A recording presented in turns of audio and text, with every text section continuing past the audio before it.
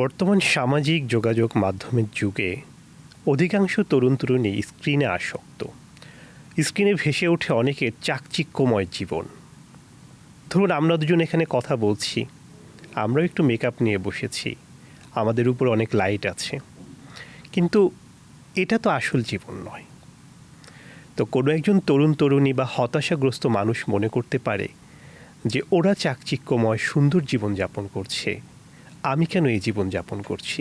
সে হতাশ হতে পারে এই চাকচিক্যময় জীবন দেখে।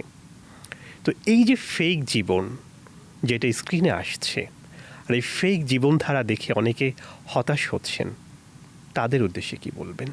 এখন দারুণ একটা প্রশ্ন। এই বিষয়টা এখন একটা বার্নিং ইস্যুস। এখন এই যে ডিজিটাল এই যে একটা এরাতে আমরা প্রবেশ করেছি এবং দারুণভাবে ছেলেমেয়েরা এবং বিশেষ করে তরুণ প্রজন্মের বেশিরভাগ, আমি সব বলছি না, ছেলেমেয়েরা এটাতে ভীষণভাবে আসক্ত।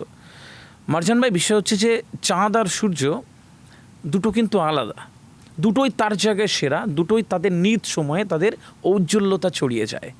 এখন চাঁদকে যদি সূর্যের সাথে তুলনা করি তাহলে মিলবে না, আবার সূর্যকে চাঁদের সাথে তুলনা করলে মিলবে না। তাদের জায়গায় ঠিক ঠিক সময়ে স্ব ক্ষেত্রে তারা সেরা, এটুকু বুঝতে হয়। আমাদের ছেলেমেয়েরা বা আমাদের এই প্রজন্মের ছেলেমেয়েরা আমরা আসলে অপরের জীবনে বাঁচি।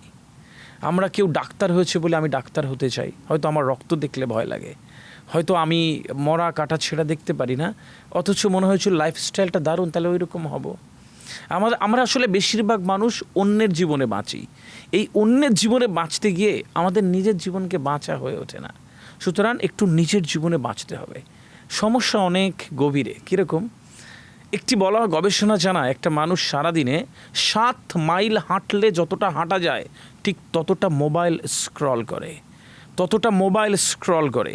এই বুড়ো আঙুলের কেরামতি হচ্ছে, এটা ব্যথা হয় না, মস্তিষ্কের সেল ব্যথা হয়, এ বসে যায়, এ কাজ করা বন্ধ করে দেয়, ডুবডাপ করে শুয়ে পড়তে ইচ্ছে করে, একটা সময় পুরো হতাশ লাগে, কিন্তু এটা ব্যথা হয় না, তো আমরা ঠেলে যাই এরকমভাবে। আর মনে হয় কি পরেরটা ভালো, কিছুই আসে না। আমরা ওই তুলনা করে ওই জায়গায় দেখে দেখে মস্তিষ্কের 12টা বাজাচ্ছি। মস্তিষ্কের ঠিক এখানে প্রি ফ্রন্টাল কর্টেক্সে গ্রে ম্যাটার আছে। এই গ্রে ম্যাটার যখন এরকম তুলনা আসে, এরকম ডিজিটাল স্ক্রিনের একটা লং টাইম একটা স্ক্রিনিং হয়, তখন এ কাজ করা বন্ধ করে দেয়। এ আমাদের অনুপ্রেরণা দেয়, উৎসাহ দেয়, উদ্যম দেয় কাজ করার। এ যখনই কাজ করা বন্ধ করে দেয় তখন মেজাজ খিটখিট হয়, ডুবডাপ করে শুয়ে পড়তে ইচ্ছে করে, ভাল লাগে না, একটা হতাশ জীবনযাপন আসে, অন্য যা কিছু সে দেখে আসে। তো আমি এই সমস্যায় যারা ভুগছে তাদেরকে বলি যে স্ক্রিন টাইমটা একটু কমাতে হবে। আমি বলছি না যে একদম বাদ দিতে। এই সময় আমি যদি পুরো বলি যে পুরো মোবাইল আপনারা ছোঁবেন না, এটা মিথ্যে কথা, এটা করা যায় না। মোবাইলের টাইমিংটা কমাতে হবে। কীরকম?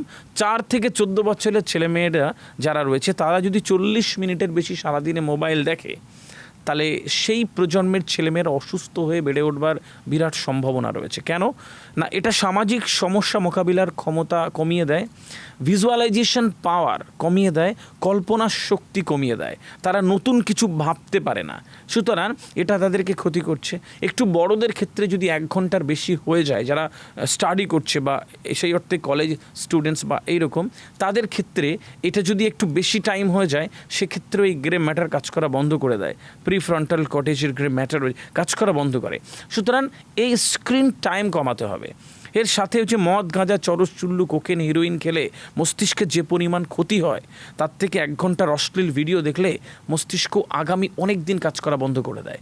রাইট? তো আমাদেরকে বুঝতে হবে যে মোবাইল আমাকে ব্যবহার করছে না আমি মোবাইলকে ব্যবহার করছি। এই প্রশ্নচিহ্ন যখন আসবে তখন গিয়ে সে বুঝতে পারবে যে কি করছে। বেশিরভাগ ক্ষেত্রেই প্রশ্নচিহ্ন আসে না, আমাদের পড়ানোর সিলেবাসে, আমাদের স্কুল কলেজের পাঠ্যক্রমে এইগুলো নেই। সুতরাং ওদেরকে এই এডুকেশন কখনো দেওয়া হয় না।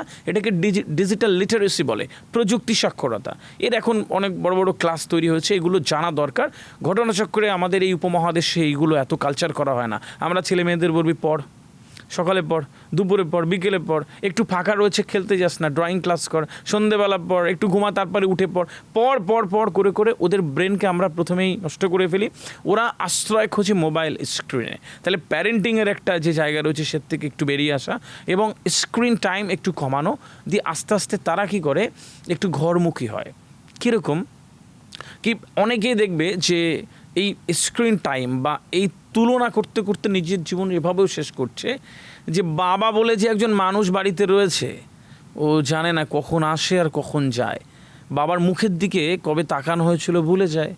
মাকে কবে বলা হয়েছিল যে মা ভালো আছো, মা তোমার কি কোনো লাগবে কিছু, তোমার কি কোনো হেল্প, ভুলে যায়। স্বাভাবিকভাবেই ওর যেই আপন মানুষ থেকে ও দূরে সরে যেতে যেতে না, ও অন্য কিছুর মধ্যে একটা ডার্ক ফ্যান্টাসির মধ্যে নিজের জীবন খোঁজে। যদি এই মানুষগুলোর সংস্পর্শে থাকতো তাহলে ওর মধ্যে যে একসাথে চলার যে ডোপামিন সেটা যখন নিঃসরণ হয় ও আসলে ভালোত্বের দিকে যায়। এখন বুঝতে হবে যে একটা সময় মোবাইল থাকবে, বাবা মা থাকবে না, এটা ওকে বুঝতে হবে। বুঝে ওর স্ক্রিন টাইম কমাতে হবে। স্ক্রিন টাইম কমিয়ে ওকে বুঝতে হবে যে জীবন কি, কেন পাঠানো হয়েছে। আমাদের প্রত্যেকের পারপাস রয়েছে লাইফের, এটা তো আমাদের বাচ্চাদেরকে বা আমাদের প্রজন্মকে তো শেখানো হয় না। তো যখন আমরা নিজেরাই ওদেরকে দ্য পারপাস অফ লাইফ জানাতে পারবো যে বাবা পৃথিবীতে এত ক্রিয়েচার আছে, এত প্রাণী আছে, তার মধ্যে আল্লাহ সুবহানাহু ওয়া তাআলা আমাদেরকে মানুষ করেছে, আশরাফুল মাখলুকাত করেছে। তো এমনি এমনি তো করেনি, এর তো নির্দিষ্ট কিছু কারণ রয়েছে। যদি তাকে কারণটা জানানো হয়, সে আসলে মন্ত্রমুগ্ধের মতন তৈরি হয়। বাবা জানো, যদি আমি ওই প্রজন্মকে এভাবে বলি, এই পৃথিবীতে 824 কোটি মানুষ আর জাতিসংঘের হিসেবে 195টা দেশ রয়েছে। অপার সম্ভাবনা, সীমাহীন সুযোগ। তুমি আজকে এখানে রয়েছো, কাল কোথায় থাকবে তুমি নিজেও জানো না। কালকে কার চোখে পড়বে, জীবনটা বদলে যাবে, তৈরি হয়ে। ওরা ধীরে ধীরে না আস্তে আস্তে দেখবে যে ওইগুলো ছেড়ে নিজের জীবন বোধের দিকে এগোচ্ছে। আমি বলতে পারতাম যে মোবাইল স্ক্রিন টাইম কমাবে না, কমিয়ে দিতে হবে, বলতাম যে পড়াশোনা করতে হবে, বই পড়তে হবে, এইগুলো হচ্ছে একটা নর্মাল সলিউশন। আমি এদিকে যাচ্ছি না, রুট থেকে, প্যারেন্টিং থেকে তাদের জীবন বোধ তৈরি করা, পারপাস অফ লাইফ যখন জানানো হবে, ওরা ওই তুলনা করা ছেড়ে আস্তে আস্তে এগিয়ে যাবে। কখনো তো বাচ্চাদের বলা হয়নি যে বাবা জানো পৃথিবীতে কঙ্গো বলে একটা দেশ আছে, তোমার মতন একটি মেয়ে 12-13 বছরের শুধু দুবার খাবে বলে সারা দিন কয়লা খনিতে কয়লা তোলে, কোনো দিন ফিরে আসে না কেউ, কোনো দিন চিরতরে ওই কয়লা খনির মুখে ধস চাপা পড়ে আগুনে পুড়ে মারা যায় শুধু দুবার খাবে বলে। জানো এরকম ফ্যান, লাইট, এসি ঘর, স্কুল, সুন্দর পোশাক ওদের কাছে স্বপ্ন। ওরা চিন্তাই করতে পারে না যে একটা মানুষ 3 বার খেতে পারে, এরকম সুন্দর ঘরে থাকতে পারে। কখন কি বলা হয়েছে ওদের? বলা তো হয়নি।